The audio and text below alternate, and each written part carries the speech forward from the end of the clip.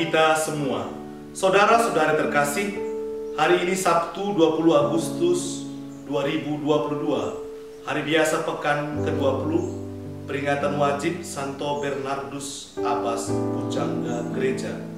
Bacaan Injil diambil dari Injil Matius bab 23 ayat 1 sampai ayat 12.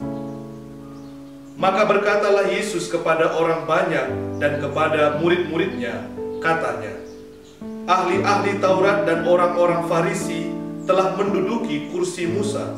Sebab itu, turutilah dan lakukanlah segala sesuatu yang mereka ajarkan kepadamu. Tetapi janganlah kamu turuti perbuatan-perbuatan mereka, karena mereka mengajarkannya tetapi tidak melakukannya. Mereka mengikat beban-beban berat, lalu meletakkannya di atas bahu orang, tetapi mereka sendiri tidak mau menyentuhnya.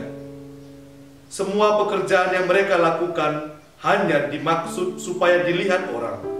Mereka memakai tali sembahyang yang lebar dan jumbai yang panjang. Mereka suka duduk di tempat terhormat dalam perjamuan dan di tempat terdepan di rumah ibadat. Mereka suka menerima penghormatan di pasar dan suka dipanggil rabi. Tetapi kamu, janganlah kamu disebut rabi, karena hanya satu rabimu, dan kamu semua adalah saudara.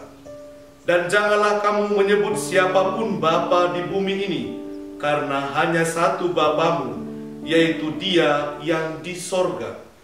Janganlah pula kamu disebut pemimpin, karena hanya satu pemimpinmu, yaitu Mesias. Barang siapa terbesar di antara kamu, hendaklah ia menjadi pelayanmu. Dan barang siapa meninggikan diri, ia akan direndahkan. Dan barang siapa merendahkan diri, ia akan ditinggikan. Demikianlah sabda Tuhan. Rendah hati, kesaksian Injil. Saudara-saudari terkasih, Yesus dalam Injil hari ini mengutuk sikap orang Farisi yang mengetahui apa yang baik, mengatakan apa yang baik, tetapi mereka sendiri tidak melaksanakannya. Bahkan mereka memberikan beban bagi yang lain, sehingga yang lain mengalami kesulitan. Menjadi pertanyaan, siapakah yang sering menjadi pusat yang utama dalam hidup kita? Apakah Tuhan atau diri saya sendiri? Seringkali kita juga seperti orang-orang Farisi yang lebih banyak berkata-kata tetapi sedikit berbuat.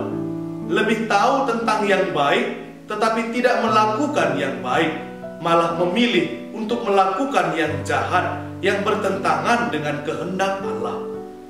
Maka dari itu sangat penting kita mengikis dan membersihkan diri dari sikap munafik dan hanya hidup pada level informasi dan pengetahuan belaka tanpa ada formasi dan transformasi hidup yang menghadirkan kasih dan kedamaian.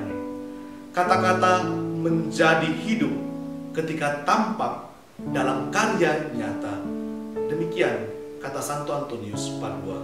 Saudara-saudari terkasih, Yesus dalam Injil hari ini membuka topeng orang-orang yang hidup dalam hipokrisi, kemunafikan.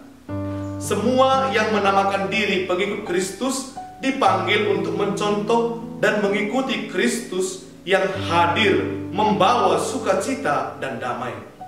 Kehadiran Yesus sebagai sabda yang hidup lewat kesaksian yang nyata, lewat pengorbanan di salib dan bangkit. Yesus mengundang para pengikutnya, kita semua, untuk memberi kesaksian bukan hanya kata-kata belaka, tetapi harus nyata dalam kesaksian hidup sehari-hari, menjadi garam dan terang yang memberi kesejukan dan kedamaian. Yesus mengajarkan bagaimana sikap rendah hati mendasari setiap karya dan kesaksian Injil.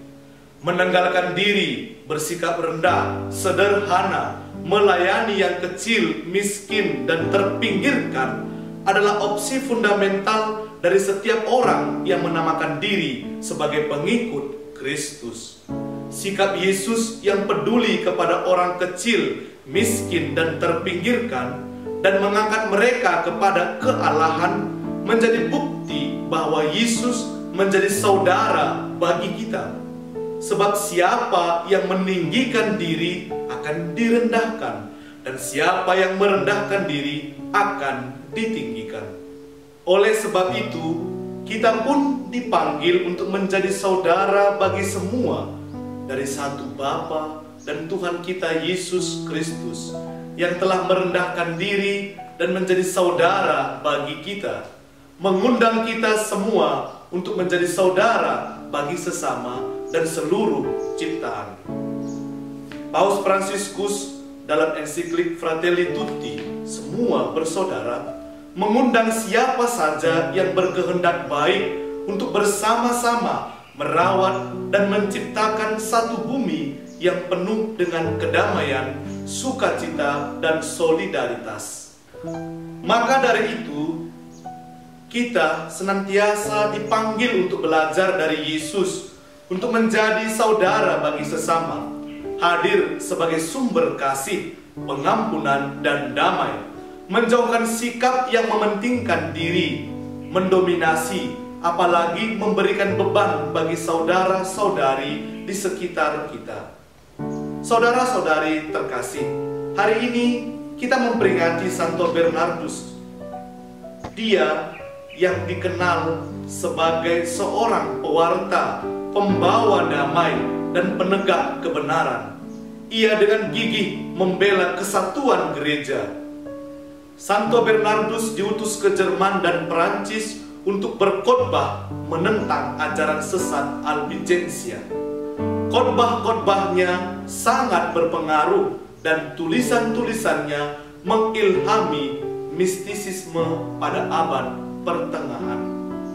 Saudara-saudari terkasih, sikap dan teladan Santo Bernardus yang mengutamakan Tuhan, yang darinya ia pun siap melayani umat Allah dan menjadi sumber sukacita, kedamaian, dan persatuan. Tidak bersikap seperti orang-orang Farisi. Semoga teladan hidup dan doa-doa Santo Bernardus juga menginspirasi dan menguatkan kita untuk tetap setia menjadi pengikut Yesus dan rendah hati melayani yang kecil, miskin, dan terpinggirkan, dan menjadi saudara bagi sesama. Amin. Tuhan memberkati kita.